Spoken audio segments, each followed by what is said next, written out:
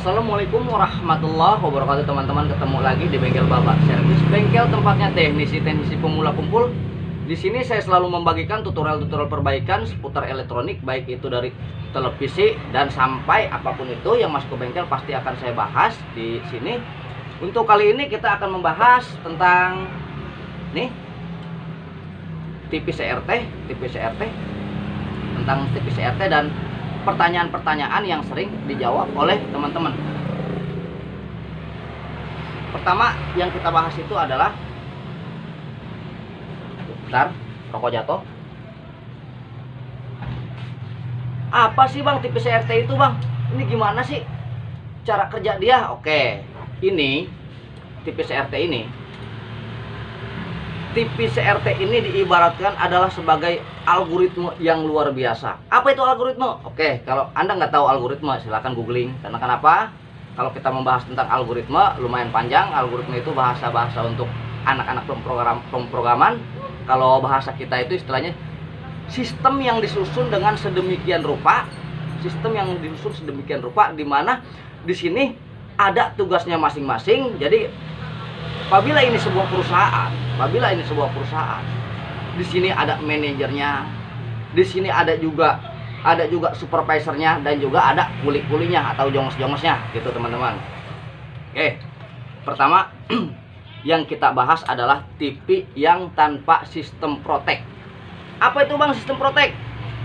Sistem protek itu sistem pengaman pada televisi. Apabila terjadi kejanggalan sesuatu, maka protek itu akan bekerja, TV tidak akan hidup. Nah, untuk TV Cina, dia tidak memakai sistem protek sama sekali. Jadi yang kita bahas adalah TV yang tidak memiliki sistem protek. Karena kenapa? Teman-teman yang masih pemula paling enak belajar dari yang tidak mempunyai sistem protek sama sekali. Itu akan gampang dimengerti, akan mudah untuk dipahami. Seperti itu teman-teman. Oke, kita bahas. Pertama, mana sih bang yang tadi abang bilang, yang itu mandor, yang itu manajer, dan yang mana kuli-kulinya? Jadi seperti ini teman-teman. Nih IC memori adalah IC memori. Kalau kita ibaratkan, IC memori adalah sebuah manajer di perusahaan. Nih presidennya, nih IC memori. Dan ini nih IC chroma. Nih yang gede ini. Ini adalah, kalau kita ibaratkan, ini adalah supervisornya untuk memberikan perintah kepada anak buahnya. Jadi dari sini, dari IC memori memerintahkan kepada ini IC chroma untuk memberi tugas kepada nanti anak buahnya lagi. Yang mana bang anak buahnya lagi? Jongos-jongosnya bang. Nih kayak kapasitor, resistor, itu jongos-jongosnya teman-teman. Jadi seperti itu. Kalau untuk sistem protek, kalau untuk TV yang tanpa sistem protek, hanya dengan memori dan chroma, ini TV bisa aktif walaupun tanpa playback. Masih sih bang? Nanti Anda akan paham sendiri. Seperti itu teman-teman. Jika ini dua aktif, ini sudah bisa menghidupkan televisi meskipun tanpa gambar, gitu. Apabila tidak ada playback, apabila playback tidak dipakai, tetap dia ada suara. Apabila blok suara nggak dipakai, tetap dia bakal ada gambar karena ada playback. Seperti itu teman-teman. Jadi nih IC memori, dia memberi tugas kepada IC chroma nih banyak nih, masing-masing satu jalur, masing-masing satu titik. Ini dia masing-masing mempunyai tugas tertentu, dan dia akan terpecah lagi, dibagi lagi dia untuk memberi tugas lagi kepada jongos-jongosnya. Seperti itu teman-teman. Contoh awal mula IC program memerintahkan untuk IC program memberi tugas kepada IC chroma untuk masalah warna RGB. Nah, RGB. Dari RGB anggaplah ini supervisornya. Dari RGB dia memberi perintah lagi. Nah, kenapa kok abang bisa tahu kayak begitu? Karena begini teman-teman. Dia RGB itu setrumnya paling 1 sampai 2 volt aja. Nah, paling 1 sampai 2 volt. Nanti dikuatkan oleh nih kuli-kulinya. Nah, 1 sampai 2 volt nanti ke sini, nanti ditugaskan lagi untuk memperkuat warna-warna tersebut. atau sama seperti vertikal dan horizontal. Sebenarnya kalau tanpa vertikal dan horizontal, kalau tanpa kulit-kulitnya, nih vertikal dan horizontal, TV hanya terlihat tanda titik aja di layar. Karena kenapa? Horizontal dan vertikal belum bekerja, tapi sebenarnya itu udah ada gambar. Kayak gitu teman-teman, semoga dipahami. Padahal itu udah ada gambar, tapi hanya titik. Karena kenapa? Jongos-jongos dia belum kerja. Baru ada tugas doang dari memori ngasih ke chroma seperti itu. Kata memori begini, nih besarnya segini, truk. Nah, chroma nggak dengar. Nah, nanti si chroma ini akan memberi tugas lagi kepada jongos-jongosnya. Nih, lu gedein. Nah, seperti itu teman-teman. Jadi kesimpulannya seperti itu. Itu hal pertama. Jadi pertanyaan pertama itu, kalau misalnya kita sudah tahu sistemnya, algoritma TV itu seperti apa, itu akan mempermudah kita, akan membuka gerbang logika kita menjadi lebih mudah dalam mengerjakan televisi, teman-teman. Seperti itu.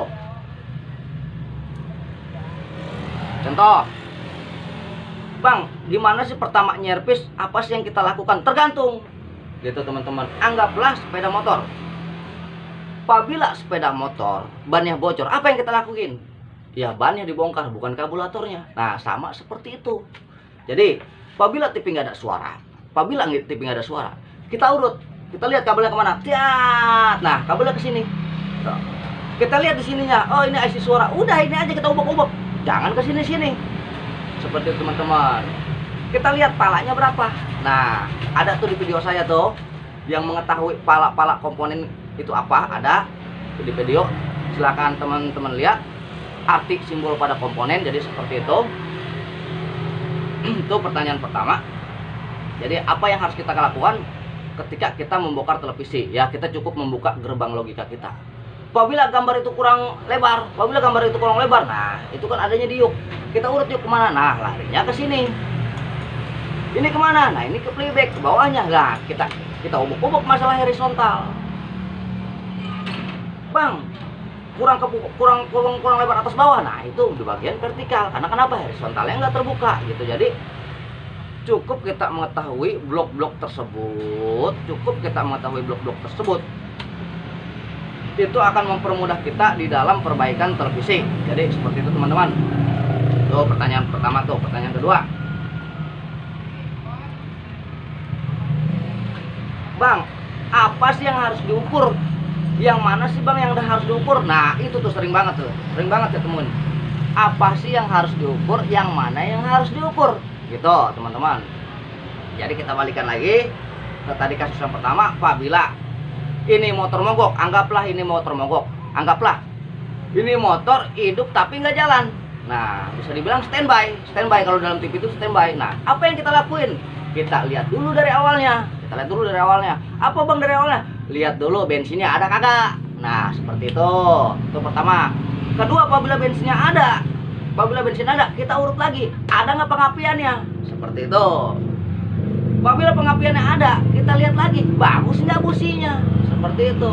Kalau misalnya syarat-syarat sudah terpenuhi, mustahil itu bakal mati. Kayak gitu. Pasti dong. Sama juga seperti ini.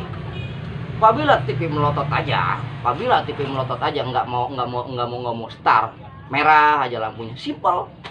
Kita lihat dulu regulatornya, penyuplai beban B plusnya 110. Apabila dia nggak memenuhi syarat, oke kita ubek aja tuh 110. Gitu. Jadi apabila 110 ini sudah memenuhi syarat, nah berarti anggap aja bensinnya udah ada. Gitu. Kita lihat pengapiannya, oke kita urut 5 voltnya. Nih, kita urut 5 voltnya. Apabila 5 voltnya udah ada, tapi masih nggak mau hidup, kita urut lagi. Kita urut lagi. Lihat businya bagus nggak?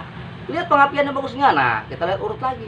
Apabila ini udah ada, mustahil dia mati. Karena kenapa? Syarat-syarat sudah terpenuhi, gitu teman-teman.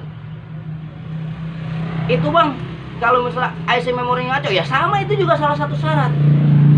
Cuma itu adalah hal yang amat langka apabila TV nggak mau start, terus kerusakan ada pada memori. Itu langka luar biasa. Mungkin dalam 20 TV cuma satu yang kayak gitu teman-teman. teman-teman. Bang, itu belum ngejawab bang, ngukurnya di mana bang, ini di mana. Nah nih teman-teman, kalau kita mau mengukur, pertama kita berpacu kepada dioda penyearah. Yang namanya penyearah tegangan pasti ada tegangannya, kayak gitu. Kita juga kita lihat elko-nya. Elko apa sih elko? Elko itu kapasitor. Apa sih kapasitor? Kapasitor itu dari bahasa kapasitas, yang mengkapasitasi tegangan tersebut. Begitu. Jadi kita lihat nih macam-macam elko begini nih. Kita lihat ini kan ada min plusnya. Ada min plusnya. Yang satu min kita taruh di body, itu yang sering saya taruh tuh, yang sering saya praktekkan. Dan yang plusnya tinggal kita toel di tempat yang plusnya.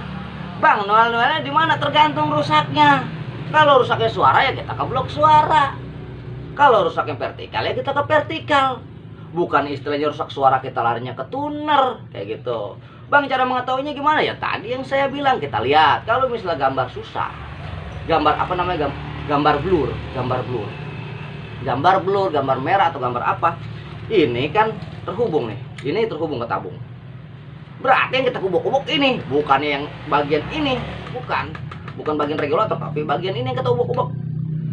Kita tinggal tahu, kita tinggal cari tahu ini supply yang dibutuhkan untuk dia ini berapa. Setelah itu kita langsung memperbaiki apa kejanggalan yang ada pada area tersebut, seperti itu teman-teman.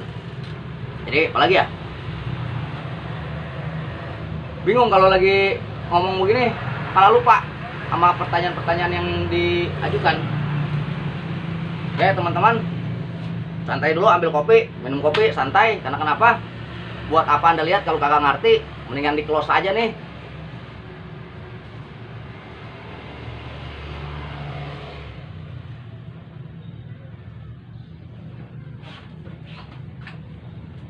Oke lanjut teman-teman, ntar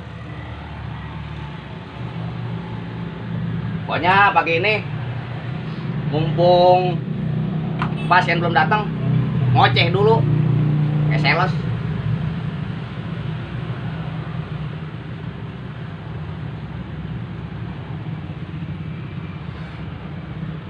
Apa lagi ya? Loh, saya mikir dulu. Banyak sih pertanyaan, saking banyaknya pakai header.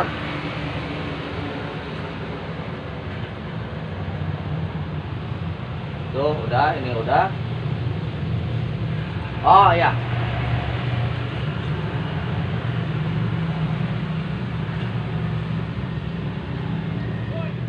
ada juga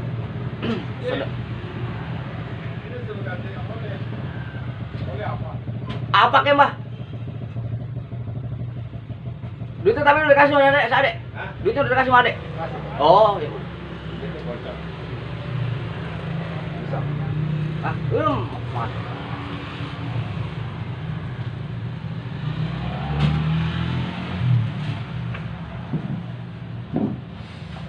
Jadi seperti itu. Ada lagi pertanyaan yang apa ya? Loh, saya lagi mikir-mikir. Oh ya, ada yang bilang saudara kita tuh, teman kita, orang daerah mana saya juga lupa, namanya juga saya sedikit lupa, mohon maaf. Dia ngomong seperti ini, Bang, tapak berapa lama sih kok bisa sampai semahir itu? Sebenarnya sama aja teman-teman. Itu tergantung dari mental kita, yang penting kita menaruh sugesti yang baik pada diri kita, seperti itu teman-teman. Maksudnya sugesti yang baik itu seperti apa bang? Jadi seperti ini, di dalam televisi nggak ada yang susah sama sekali. Jadi kita itu sebagai penggerak jasa, kita hanya berjalan sesuai kehendak konsumen kita.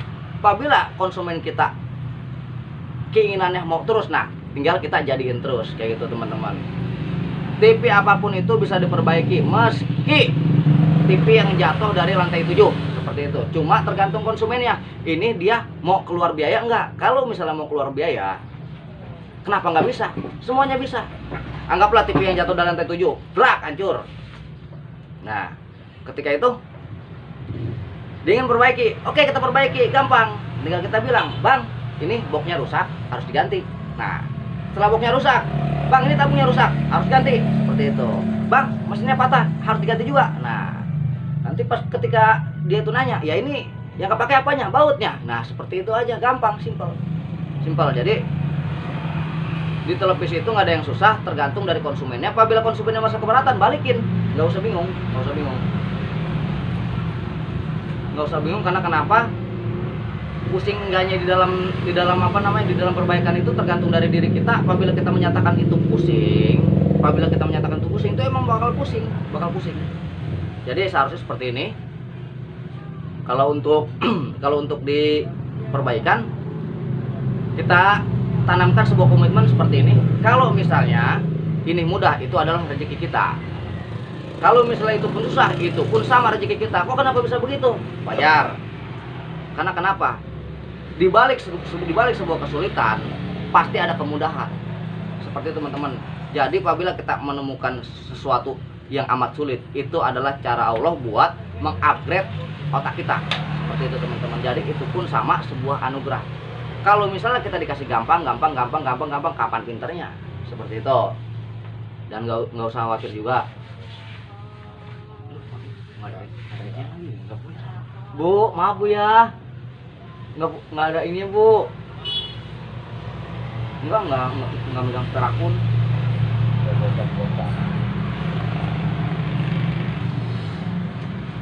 Jadi seperti itu, teman-teman. Apabila mendapatkan yang mudah, itu adalah rezeki kita. Yang susah pun adalah rezeki kita. Karena kenapa? Dengan hadirnya sebuah kesusahan, hadirnya sebuah kesulitan, itu akan menghadirkan sebuah kemudahan. Karena kenapa? Apabila kita ketemu kasus seperti itu lagi, kita akan mudah untuk memperbaikinya. Karena kenapa? Itulah cara indahnya Tuhan untuk mengupgrade otak kita. Seperti itu, teman. Itu juga sama suatu rezeki. Jadi jangan selalu mengeluh. Kalau dikit-dikit mengeluh, besok jangan jadi tukang servis, jadi tukang ngeluh aja. Seperti itu. Apa lagi ya?